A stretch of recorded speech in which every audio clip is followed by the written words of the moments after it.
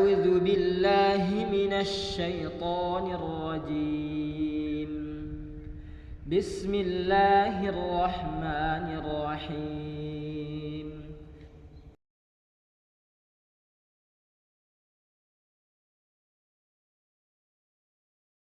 Bismillahirrahmanirrahim.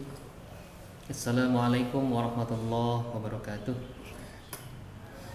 Alhamdulillahirabbil alamin. Alhamdulillahilladzi faddalana ala katsirin min ibadihil mu'minin.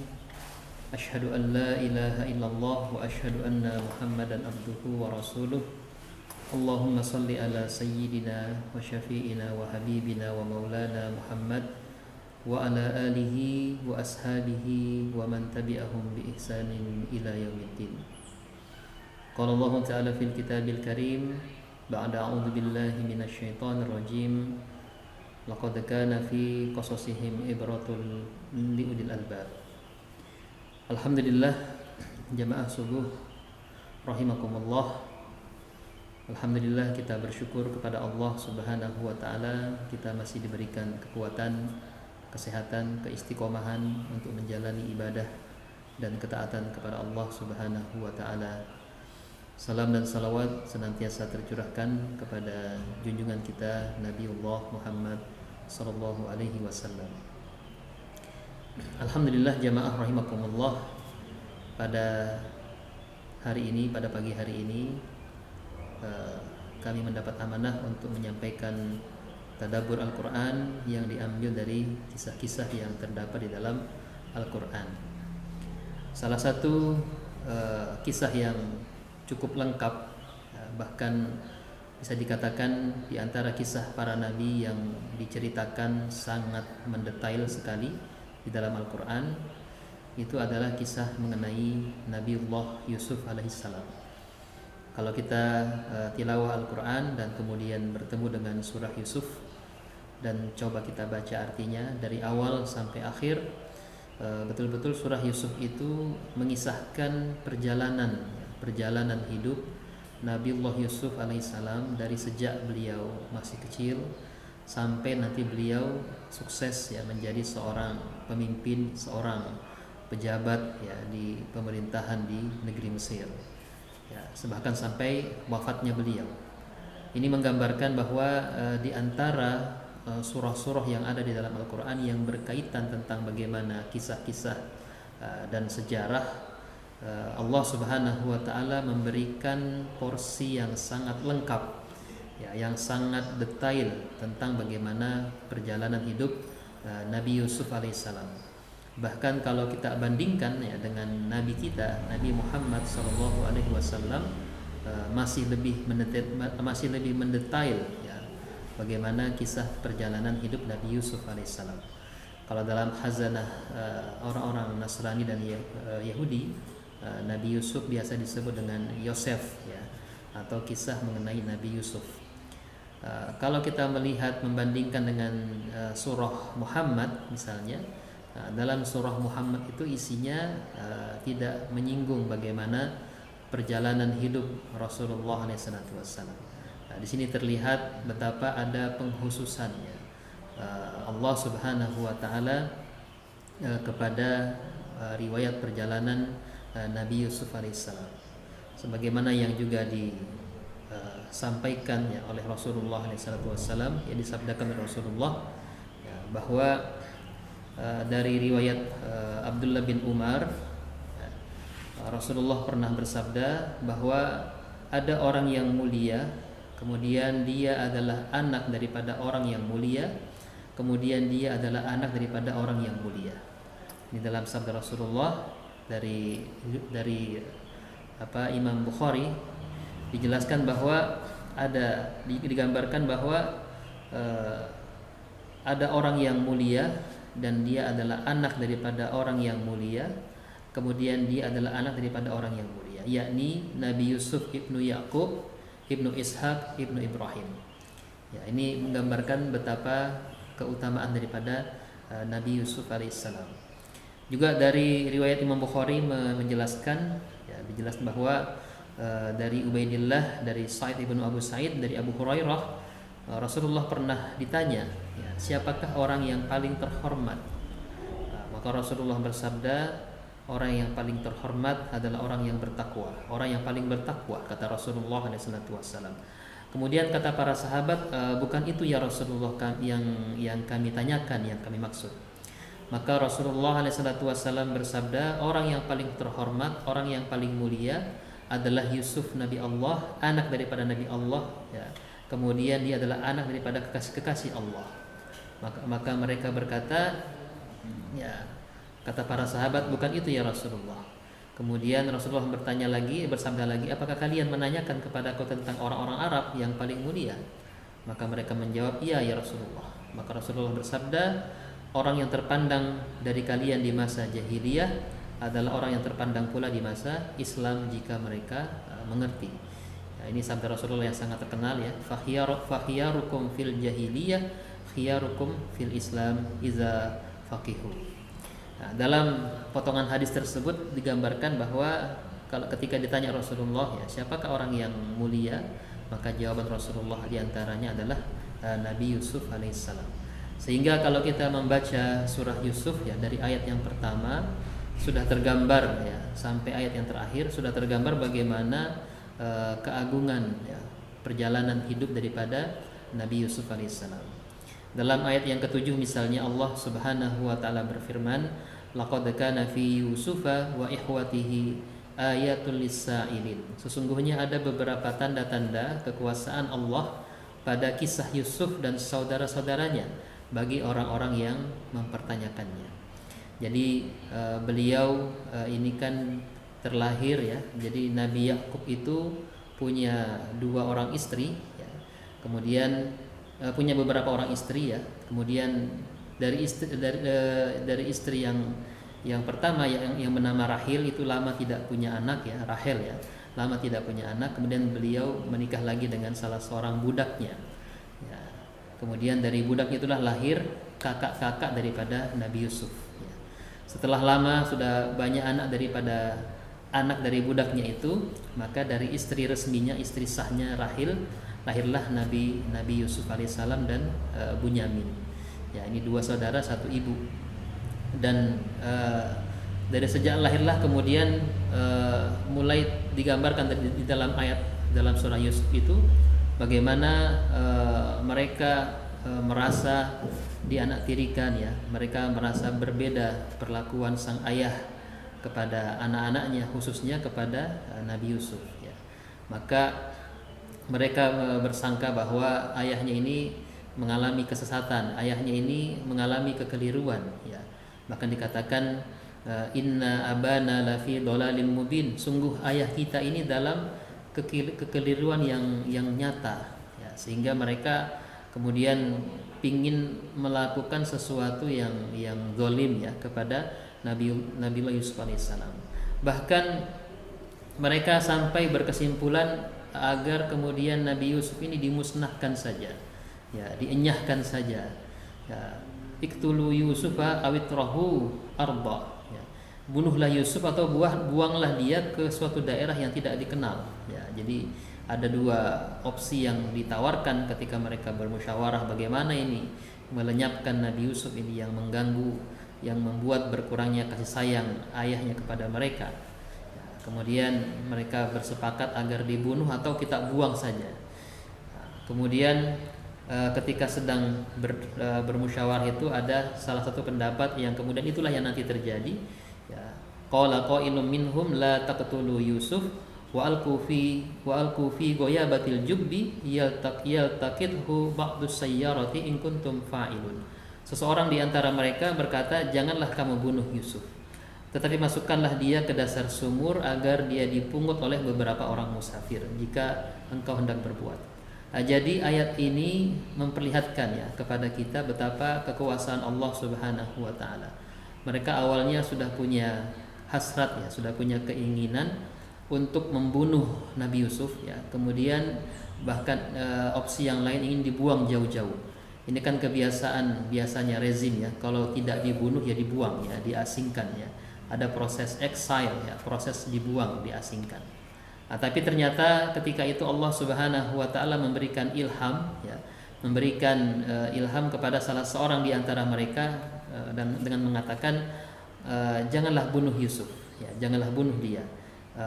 Masukkan saja dia ke dalam dasar sumur yang dimana dia tidak akan bisa keluar, tidak bisa manjat karena memang tubuhnya masih kecil, dan nanti ketika itu pasti dia akan ditemukan oleh para pedagang, ya, para musafir yang melewati sumur tersebut.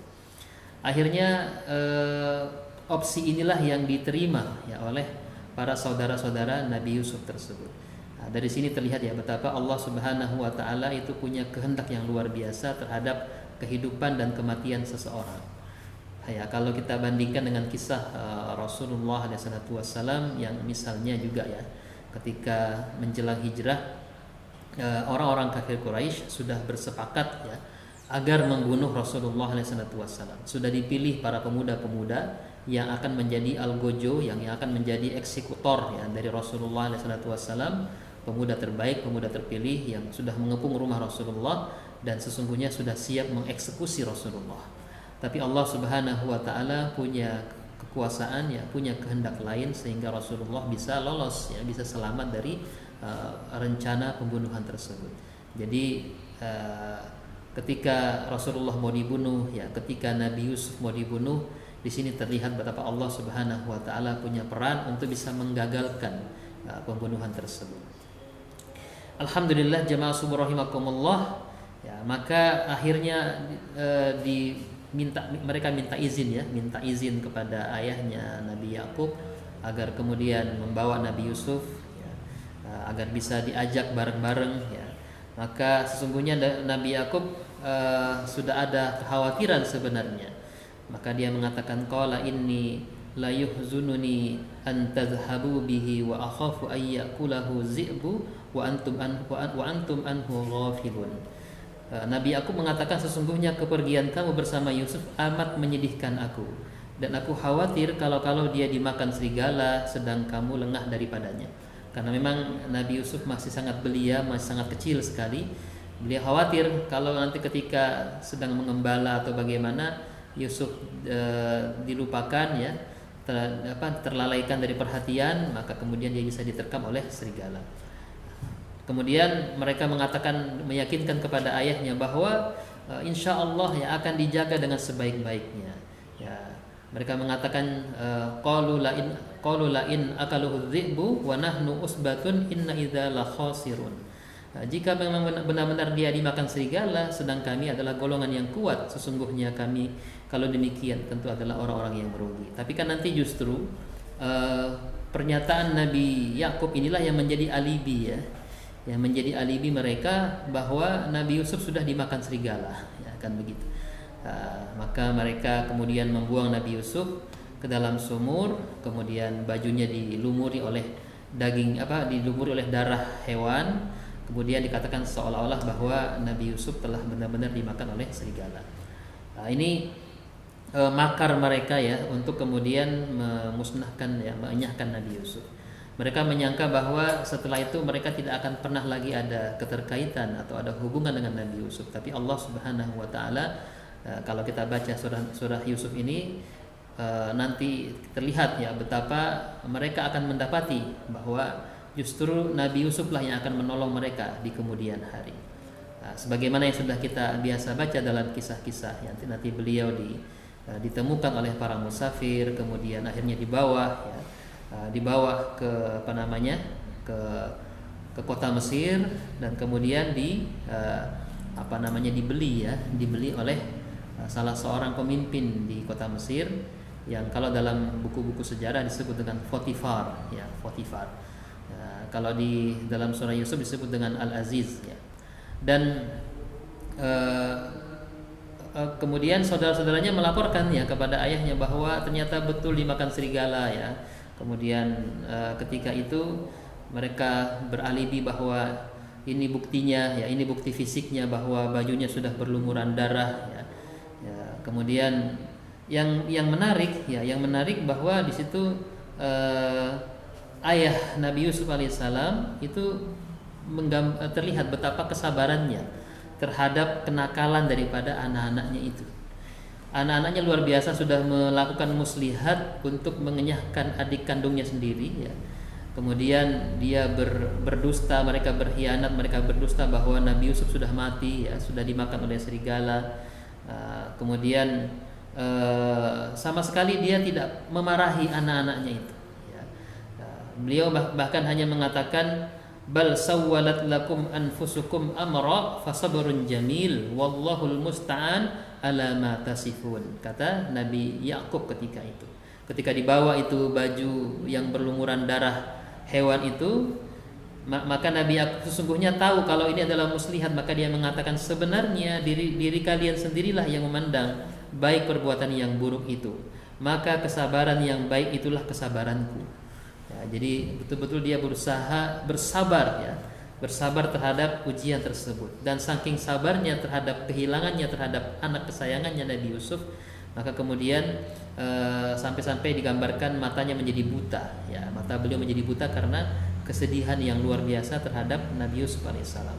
Dan bahkan beliau mengatakan, dan Allah sajalah yang dimohon pertolongannya terhadap apa yang engkau ceritakan itu. Jadi ketika mendengarkan testimoni dari kakak-kakak Nabi Yusuf itu, sama sekali Nabi Yakub tidak ada amarah sedikit pun. Maka beliau hanya mengatakan, fasabrun jamil, semoga kesabaranku adalah kesabaran yang terbaik. Alhamdulillah jamaah rahimakumullah. Dan sesungguhnya ayah Nabi Yusuf ya, Nabi Yakub sudah tahu ya, sudah tahu bahwa di awal surah Yusuf tergambar bagaimana Nabi Yusuf kan bermimpi ya. Nabi Yusuf bermimpi ada apa namanya, ada bintang-bintang yang bersujud ya, yang bersujud kepada beliau. Dan ketika beliau menyampaikan kepada ayahnya dan berpesan, tolong jangan diceritakan mimpi tersebut. Dari dialog antara ayah dengan anak ini, sesungguhnya Nabi Yakub sudah merasakan bahwa dalam pribadi Nabi Yusuf ini ada kelebihan yang tidak dimiliki oleh saudara-saudaranya. Bahkan nanti kan dia menjadi seorang nabi ya, menjadi seorang nabi dan rasul. Dan beliau sangat yakin bahwa Nabi Yusuf tidak wafat ya, tidak dibunuh oleh saudara-saudaranya itu.